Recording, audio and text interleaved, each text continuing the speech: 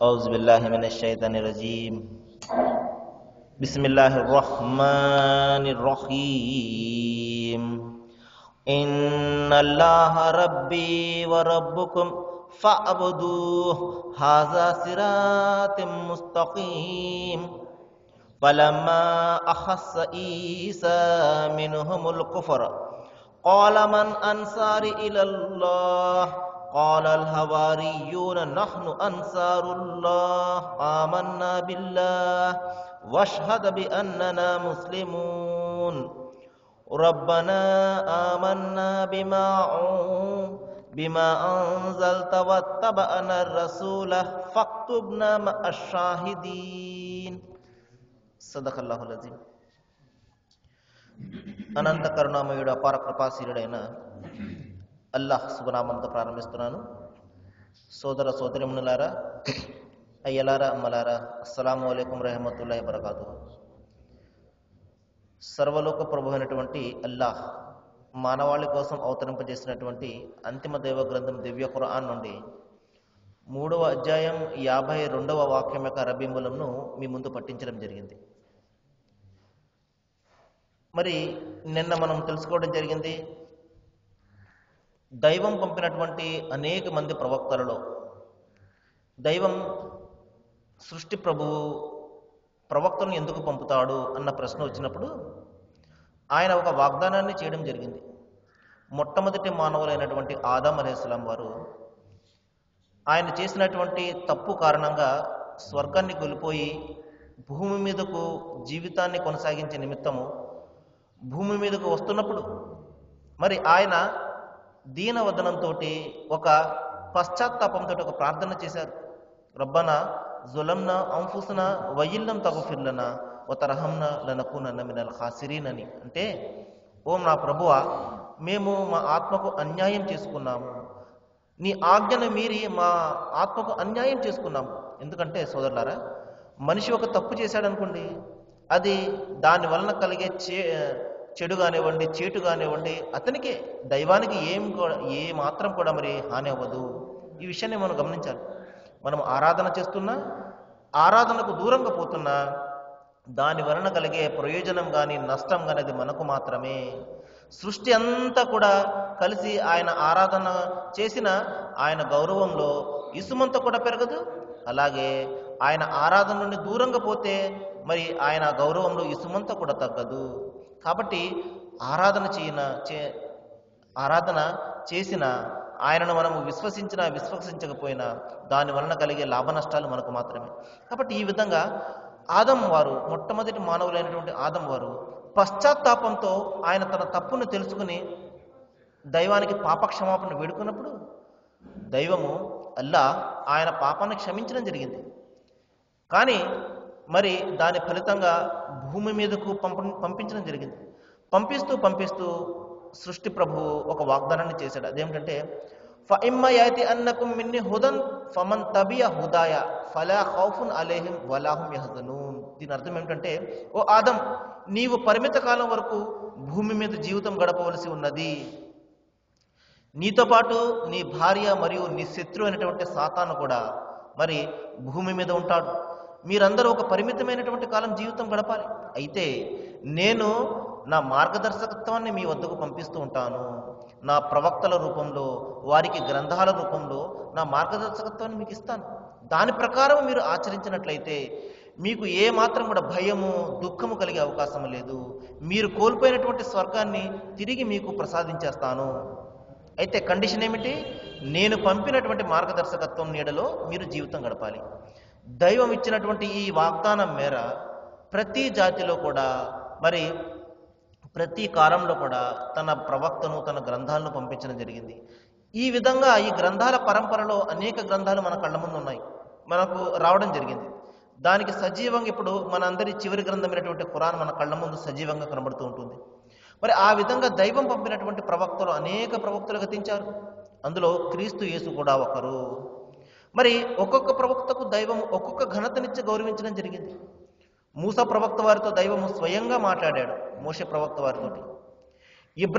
Abraham ప్రవక్త వారిని నా స్నేహితుడు ఖలీలుల్లాగా మరి పేర్కోవడం జరిగింది.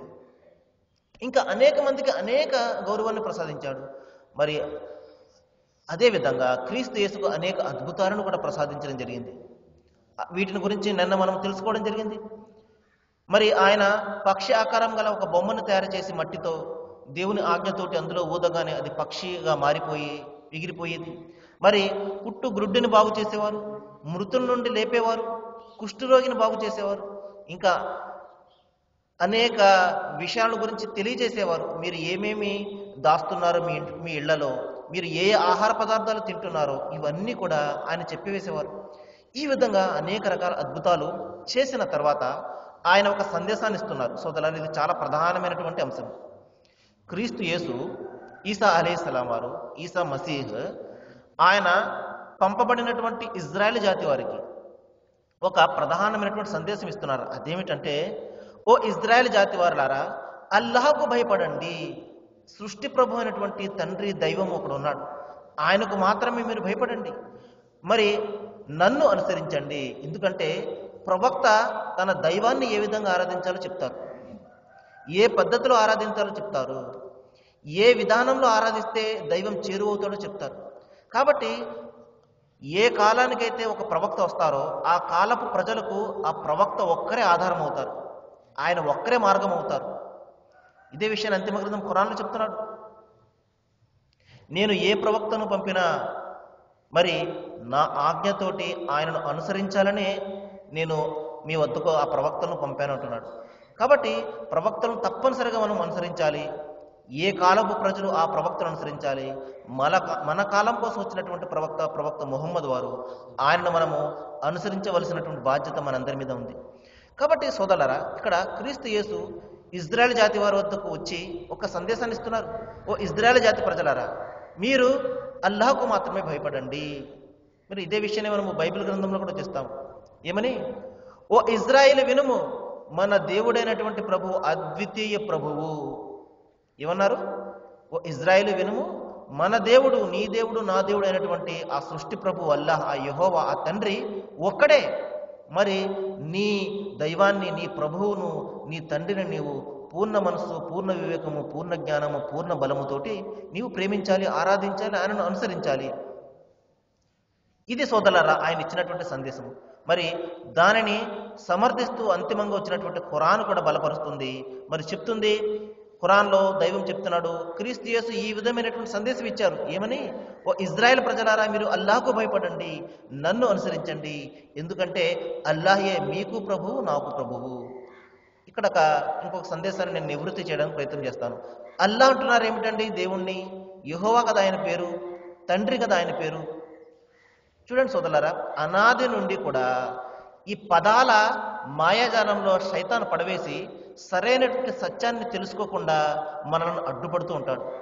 అవునండి, ముస్లింలకు దేవుడు, ఆయన పేరు అల్లా, మాకు దేవుడు యెహోవా, ఆయన వేరు, ఈయన వేరు. సోదరులారా, ఎన్నిసార్లు చెప్తున్నప్పటికీ కూడా, మరి అవకాశం వచ్చినప్పుడల్లా ఈ విషయం చెప్తూ ఉన్నప్పటికీ కూడా అదే రకమైనటువంటి మరి అనుమానంలో, అపార్థాలలో శైతాన్ పడవేస్తూ ఉంటాడు. అరబీ భాషలో దేవుడిని అల్లాహ్ అని పిలుస్తారు, ఆయనని హిబ్రూ భాషలో యెహోవా అని పిలుస్తారు.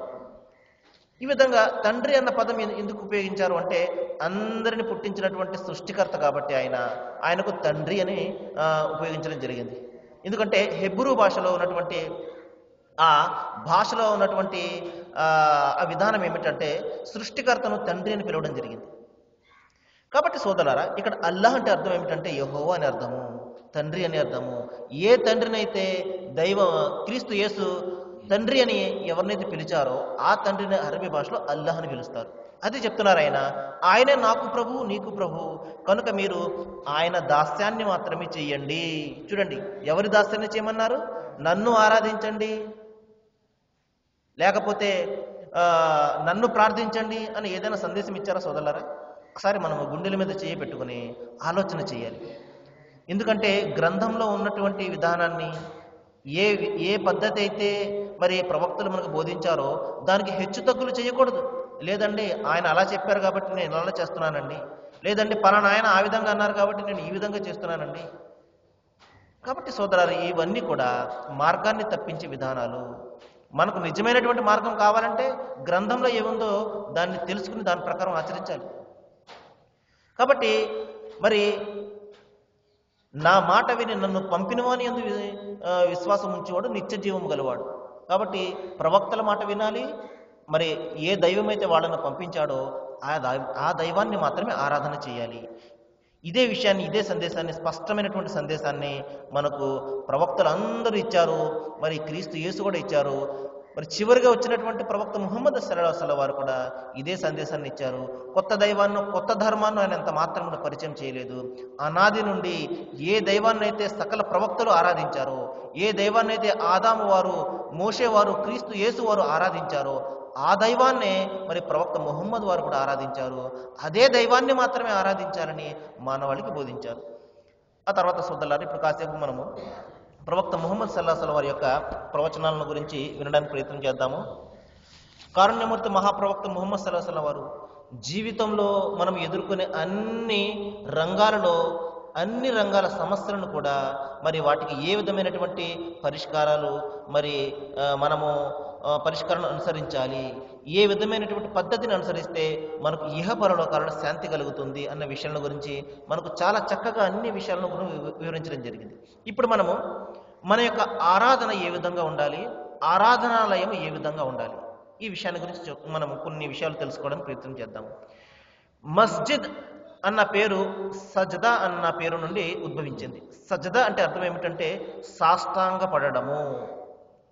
ఎవరికి? ఒక్క సృష్టికర్తకే. ఆయనకు ఎటువంటి స్వరూపము మరి విగ్రహ చిత్ర రూపాలు లేవు కాబట్టి ఏ విధమైనటువంటి ఆకారాన్ని కల్పించకుండా కేవలము మనస్సులో ఆయన ఉన్నాడు అన్న భీతితోటి సాష్టాంగ పడడం. ఇక్కడ సాష్టాంగం అంటే ఏమిటండి అన్న ప్రశ్న వస్తుంది. నేను గతంలో చెప్పడం జరిగింది. సాష్టాంగము అంటే మనకు ఉన్నటువంటి 8 అంగాలను భూమి మీదకి ఆంచడము సాష్టాంగము అంటే. సహజంగా మనము సాష్టాంగం అంటే బోర్ల పడుకోవడం అని చెప్పేసి బోర్ల పడుకుని దండం పెట్టడము అని భావిస్తుంటాం. కానీ ఆ విధంగా కాదు సోదరులారా. అష్ట అంటే 8, స అంటే కలిపి 8 అంగాలు కూడా కలిపి భూమి మీద తగలడాన్నే సాష్టాంగము అంటారు. 8 అంగాలు ఏమిటండి? 1 నుదురు, 2 ముక్కు, 3, 4 చేతులు, 4, 5 మోకాళ్ళు, మరి చివరిగా 2 మన కాలి బొట్టన వేళ్ళు. ఇవి మొత్తం 8 అంగాలు కూడా భూమి మీదకు తగిలి మరి దైవాన్ని ఆరాధించడాన్నే సాష్టాంగ ప్రమాణము అంటారు. మరి ఈ ప్రమాణము మనము ముస్లిం సోదరులు చేసే నమాజులు మనము చాలా స్పష్టంగా మనకు కనబడుతూ ఉంటుంది. ఈ విధంగా సాష్టాంగం చేసే చోటును మస్జిద్ అంటారు. కాబట్టి మస్జిద్ అంటే అర్థం ఏమిటంటే సాష్టాంగ పడే చోటు అని అర్థం. ఇప్పుడు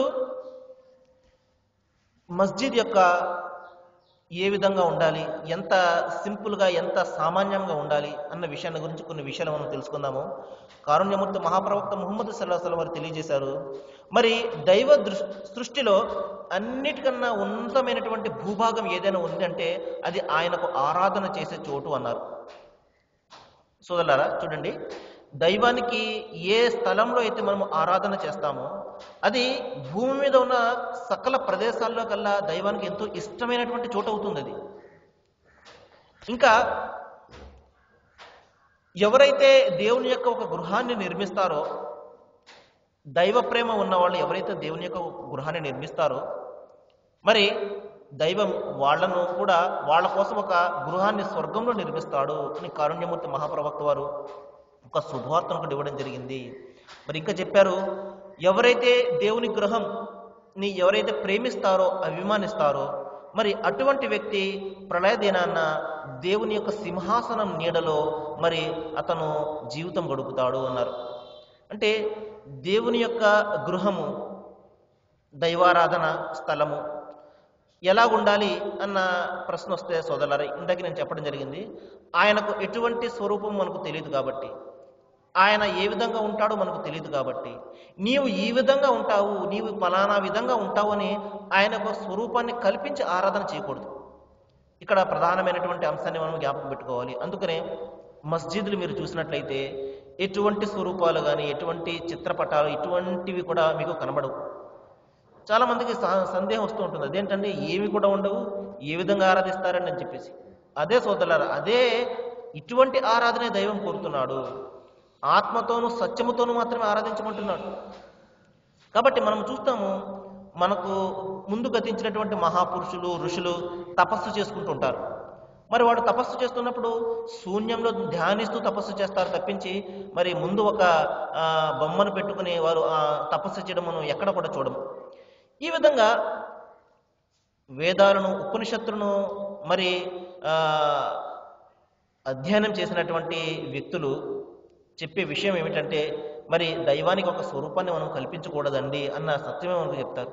మరి సర్వేపల్లి రాధాకృష్ణన్ మనకు తెలుసు, మన మొట్టమొదటి రాష్ట్రపతి ఆయన ద ఫిలాసఫీ ఆఫ్ ఇండియా అని చెప్పేసి ఒక గ్రంథాన్ని రచించారు, భారతీయ తత్వశాస్త్రం అని చెప్పి. అందులో ఆయన చెప్తారు, వేదోపనిషత్తులలో విగ్రహారాధన లేదు, దానికోసం నేను ఎంతటి పందమైనా కాస్తాను అని చెప్పేసి ఆయన చెప్పడం జరిగింది. కాబట్టి పెద్ద పెద్ద చదువుకున్న వాళ్ళు, మరి జ్ఞానులు ఇచ్చే సాక్ష్యం ఏమిటంటే, మరి వేదోపనిషత్తుల్లో కానివ్వండి, మరి ఇతర గ్రంథాలలో కానివ్వండి, మరి విగ్రహారాధన అనేది లేదు అని చెప్పేసి చెప్తుంటారు. సరే సోదరులారా, ఆ విషయాన్ని మనం పక్కన పెడితే, దేవుని యొక్క ఆరాధనాలయంలో మరి ఎటువంటి విధానాలు కానీ లేకపోతే ఎటువంటి చిత్రపటాలు మరి ఉండవు. అది మస్జిద్ దానికి సజీవమైనటువంటి సాక్ష్యము. మరి కారుణ్యమూర్తి మహాప్రవక్త వారు చెప్పారు, ఒక వ్యక్తికి